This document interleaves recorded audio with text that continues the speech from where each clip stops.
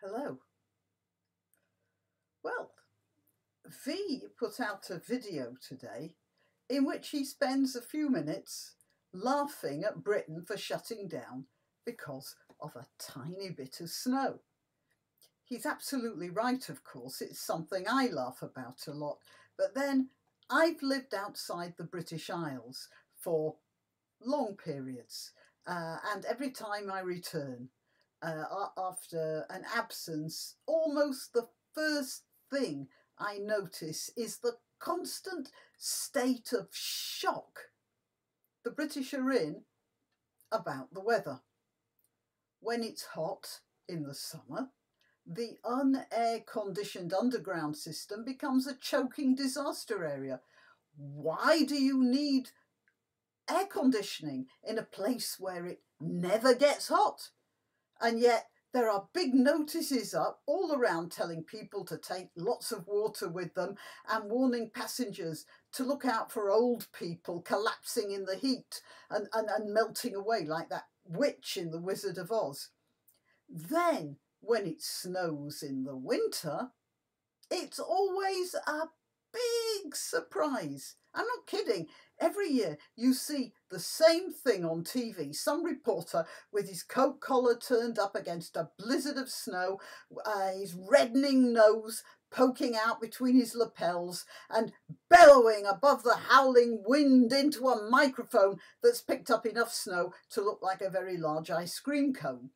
While behind him we see a lorry upended in some Scottish snowdrift.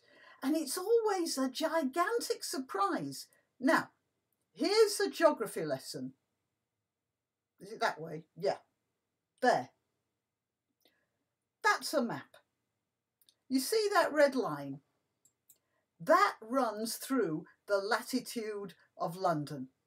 London, I'm not talking about Scotland. London is further north than Winnipeg. It's further north than Calgary. And yet it's always a big surprise when it's cold in the winter. Last week it snowed over here where I live, and here is a photo of a bus stuck in the snow. No grit, you see, because the council didn't put any out on account of the weather never ever getting bad enough to need it. And this is a photo of a line of buses stuck in the snow in 2012. You'd think they'd have learnt by now, but no, it's the same every damn year. It's always a huge surprise. I've often wondered why. V was wondering why, and the only reason for this extremely odd behaviour that I can think of is that it must have something to do with British manners. You know those situations when you're visiting someone and there's this terrible smell, and you realise that your host has a really bad case of wind, and you sit there sipping tea and pretending that you can't smell anything. Well, that's the way the British are with the weather.